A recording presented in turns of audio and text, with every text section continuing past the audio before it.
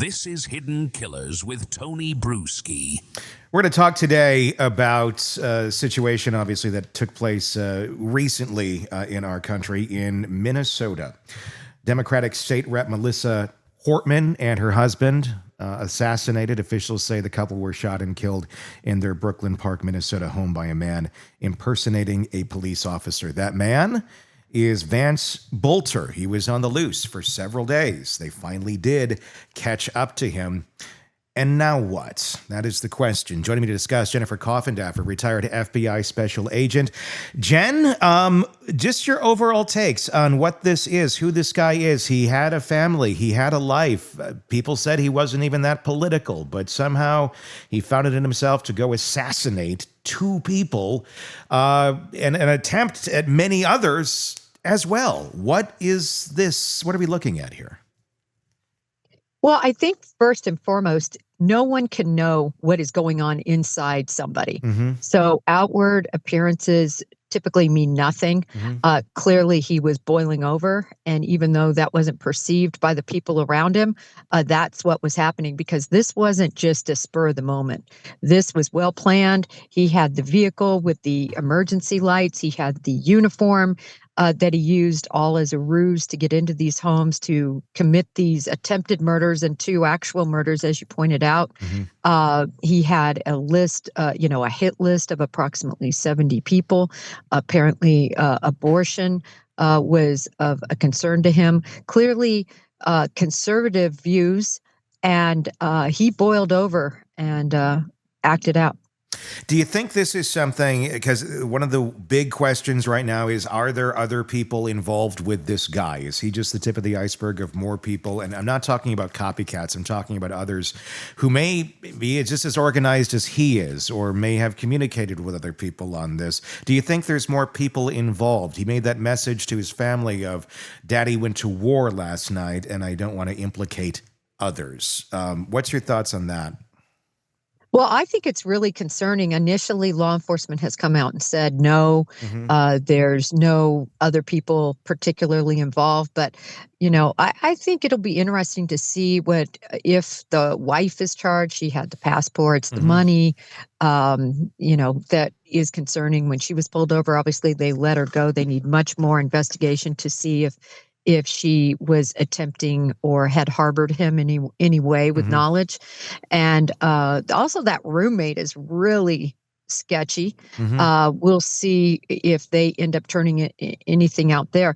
But this investigation is at its very initial stages. They've got a lot to unpack with everything he's done on social media, all his communications. And I think it's going to be interesting to see, but I'm worried. And I think all law enforcement is concerned about these continued lone wolves, whether it's driving a vehicle into a group of people in New Orleans or somebody like this. It doesn't matter the motivation. These are highly radical people for various political reasons. And ones that certainly have some energy. I mean, it's not exactly super easy, I think, to go rig up a vehicle to look like a cop car. And I guess, you could probably figure out how to do the outfit in some way, shape, or form. But he was pretty convincing to be able to go that far. What makes it interesting is the extent of the list.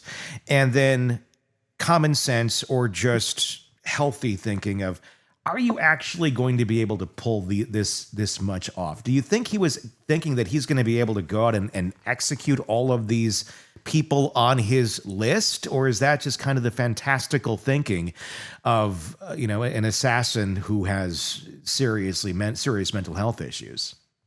Well, what it reminds me of a little bit is the situation with the CEO killing, Luigi Mangione, right? They have this grandiose plan. They execute it very well because it is well planned. And then all of a sudden the planning ends. And that's why they get caught. They don't know sort of their next steps after their initial, acts of violence. So he obviously had these two particular houses targeted, these people targeted. And then it seemed like, okay, now I'm going to go home and see how it all fares out.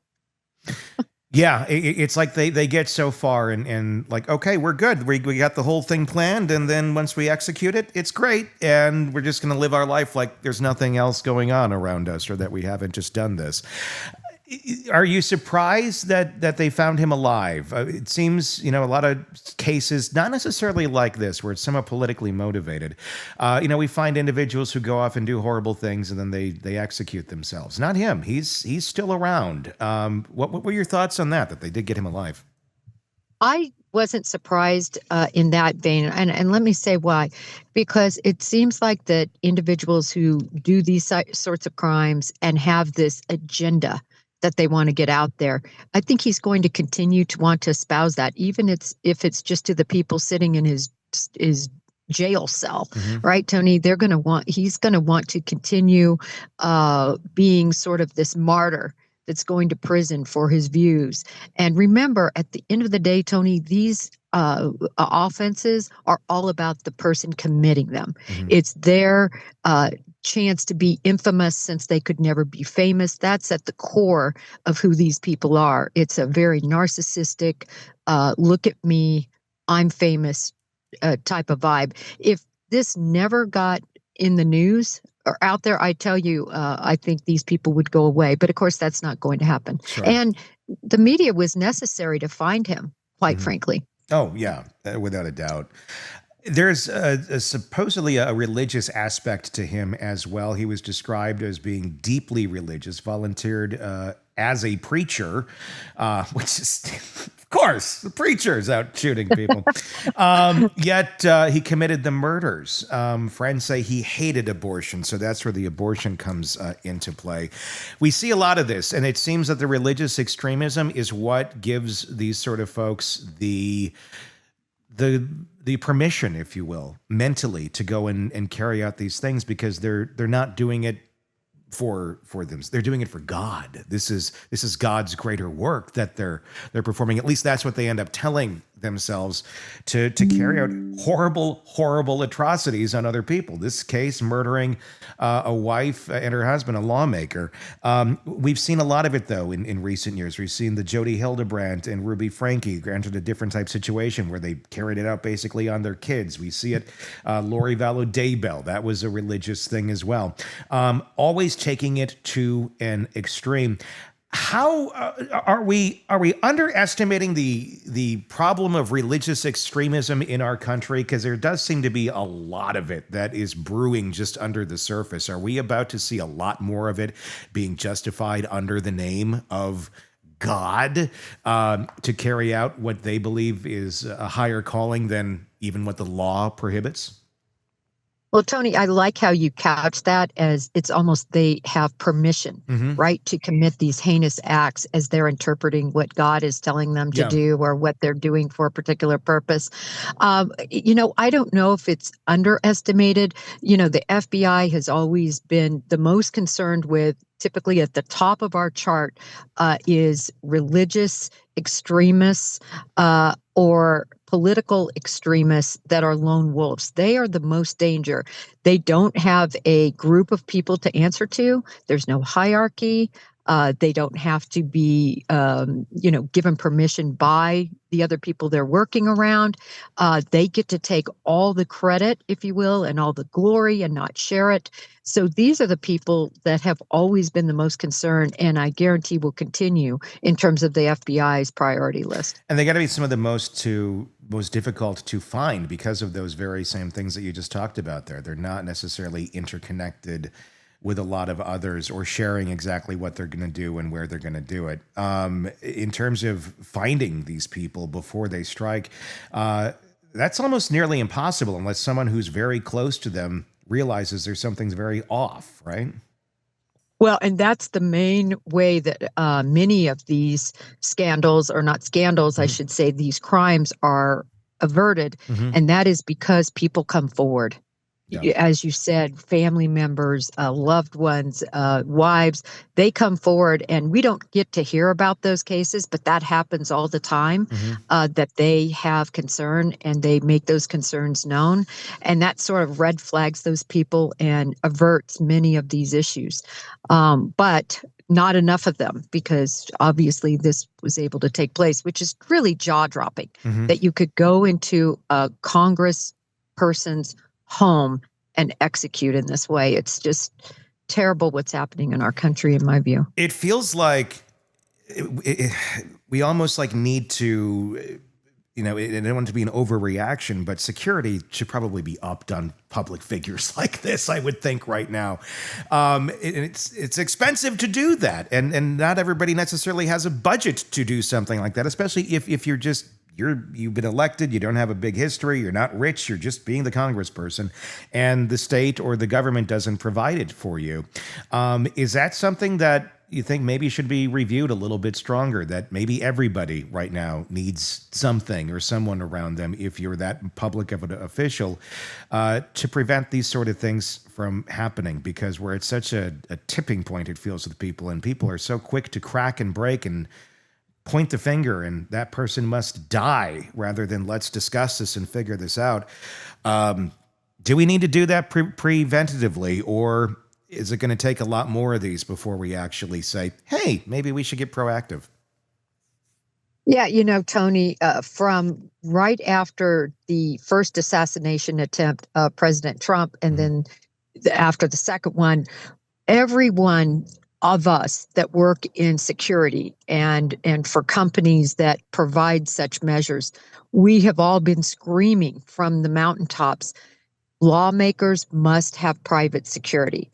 They just have to in the day and times we're living. Minimally, they need to have a security, what we call a site survey, done at their home to help equip them with how better to be more secure, to provide tips such as, if somebody comes to your door and you have no reason why the police would be called, you didn't call them, and they're outside, and I think his vehicle was an SUV with lights, you take the badge number and you say, listen, officer, I'm just going to call into the department. That's what has to be done. I tell you, I don't know about you, Tony, I don't open the door for anyone. No. I did a case not long ago where somebody was going through the neighborhood with a missing dog poster and getting that door to crack open and breaking in and attacking women. People will go to any lengths to be able to break and enter into your home and commit assaults and batteries and murders. So, and using these police uniforms, Missy Beavers is a very famous unsolved mystery example of somebody who was murdered at a church by somebody dressed up like a SWAT officer. So this isn't the first time. Ted Bundy used it all the time, nor will it be the last, of people dressing up as police officers to commit crimes. Yeah, well, it's about gaining trust, and then once you have that basic little trust, all it takes is 2 seconds to pull that weapon out. The fact that he surrendered without any sort of, there was no standoff. He just basically, they found him and he let himself be found. Were you surprised by that there wasn't a shootout? He did even text his kids or his family, I may be dead soon. I'm wondering if he was expecting to have to go down like that, or is this in his mind still, I'm being a martyr and I'm going to get out here and I'm still going to spread my views, and that's why I didn't put myself in a suicide by cop situation? Yeah, I don't think that he really thought his plan out well. Again, kind of like Luigi Mangione, and then just throw the hands up and because they don't think that far out in terms of their crime spree. How they're going to get away beyond the few hours following the crime, and then it's kind of what do I do now? And I don't think he was at all, at least from what we know, anywhere suicidal, based on what everybody is reporting regarding his religious beliefs, which at the apex of Christianity is against suicide. Sure. From a religious standpoint. And so if you're against abortion, for heaven's sakes, you would be against suicide. So I wasn't surprised. You'd also think you'd be against murder. Yeah, there's that. So that's that 10 Commandment. Yeah, I think, that's the weird thing with the religious extremism. They get to this point where it's almost kind of a goddish type complex where I'm going to be the one, I'm going to be the judge here. And I view that you are not you don't meet the standards to live based on my beliefs. So I'm just gonna take you out and do what's right for the world. And that's a scary thing with all of this. It will be very interesting to see what the wife knew and when she knew it, if anything. We've seen cases like this. We were talking about Asa Elrup earlier. We've talked about so many situations. BTK, where someone is living in that house for years and years and years, puts off a persona that nobody thinks, at least for the most part, that there's anything wrong going on here. But then the wife was found when they pulled her over, that she had cash, she had guns, I believe is correct, and Yes. and passports. My initial reaction was, honestly, if I were the wife and I just found out that my significant other was doing all this shit and I had no idea, I might want to get out of the country too. I know it looks it looks really suspicious, but it might not be at all. It might just be, oh my God, I didn't ask for this. I'm going away and we'll figure this out later. I don't know. What are your thoughts on that? Considering they did let her go, and that's all that was. You know what? She had guns, money, passports. The timing just looks bad. I think that's an optimistic way to look at it, and I certainly don't think they had what they needed at that point to make a decision on charging. Those are complicated charges whenever you're talking about aiding and abetting and harboring and, aiding after the fact and things like that. They're complicated charges, so they're going to have to really do their homework to see what communications were and to see if that's even a legitimate charge to put on her. It is a tough one. And then you'd also, would you run into spousal law here if, as far as her testifying against him? But if she was actively involved, that's a different story. And it's all just pure speculation right now. She's not been charged with anything. It is a different story. It's just, even with your attorney-client privilege, that doesn't hold if the individual attorney is participating in any way, shape, or form in the crime. So, if you're part of a crime or getting a crime down the road or covering one up or harboring, that doesn't hold. So that will be another interesting factor in terms of charging, I think. Obviously, this could definitely be a death penalty case. Where do you think, what are the next steps? What are we going to see next here into the investigation of him, and where does this go from here? Well, when you look at the Minnesota law, they initially charged 2. Now, of course, they're up to 1, which we all knew. It was just a placeholder. They wanted to make sure that they had everything ferreted out to upcharge. And then, of course, as needed to happen, the federal authorities came in. There's no death penalty. Minnesota, I believe it was actually one of the first states to abolish the death penalty, as I recall. And but federally, that's a whole different story. There is still a death penalty for this type of a crime. And I can't imagine that would not be on the table, considering this heinous circumstance. We just have to protect our lawmakers.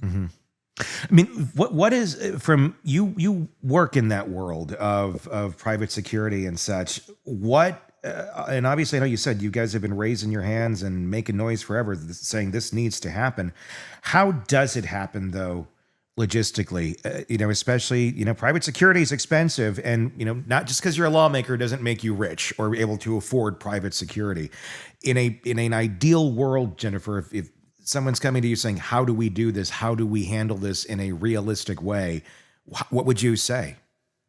Well, the number one thing is, and I've done this for high dollar clients, where you go to their house and you see where the points of, where points need to be more protected in terms of doors and windows, security systems that are in place, camera systems. Are there areas where there aren't camera systems? What do they have in terms of guns at their home, in terms of training? Are they trained to handle that gun? Can they get to that gun that's loaded within seconds with a code on a safe that is right there at their side? Have they put together a plan for if somebody does breach, How can they protect themselves and their family? Do they have a point in the house that they are supposed to go to where they meet in case of such an emergency? Does everybody in that house know the golden rule? You don't let anyone in ever. That's why you have a ring camera. You have some way to communicate. Are these lawmakers at least doing this minimally? This is minimal. And then beyond that, are you going to fund, instead of getting that brand new Lexus SUV, are you going to fund some money to provide security? And that can even be a lawmaker. If I were a lawmaker, I would definitely have a plan in place. I'd get my site survey done, and I would hire people for when I'm there to watch remotely, at least. Yeah, I mean, there's a lot of things. Is it an area where we should be focusing? I mean, obviously, having security would be ideal. Is this an area where just lawmakers in general need to be more trained, I guess, in their own security for when they don't have that available? Of just, like you were saying, here's our system in place for our home, but even training on weapons, gun training, so they feel comfortable. If they're not a gun owner, if they're not someone who uses a weapon, it's a weird thing to say, but should they all? So it'd be like required training. You get elected, guess what? You need to learn this too for your own safety and for those around you, because you are now a target. 100%. They really do need this sort of training for self-defense and protection. And it's so much about education, too, because at some point they decided it was a good decision to open the door for this individual. And I understand why. He was in a police uniform. Did they have a ring camera? Could they communicate without opening the door? Yeah. Because rings and other camera systems provide for that, where you can just talk. Hi, why are you here, officer? Sure. Oh, I'm here for X. And does it really even make sense? If it doesn't make sense, you don't let them in, and you ask what department they're with, and you call in, and that would have stopped all of this. But how can you know that if you don't have the proper training? Yeah, and it's, I think, accepting that, we're not in a world where we can just open our door like that anymore, especially if you are someone like these folks, the lawmakers in Minnesota. Totally messed up story. One I hope we don't have a lot more of, but I don't know that that's going to be reality. Jennifer Coffindaffer, retired FBI special agent, thank you as always for your input on another bad story. Craving non-stop true crime updates? Press subscribe now and get the latest cases, analysis, and expert commentary delivered straight to your feed. Only from the Hidden Killers podcast and True Crime Today.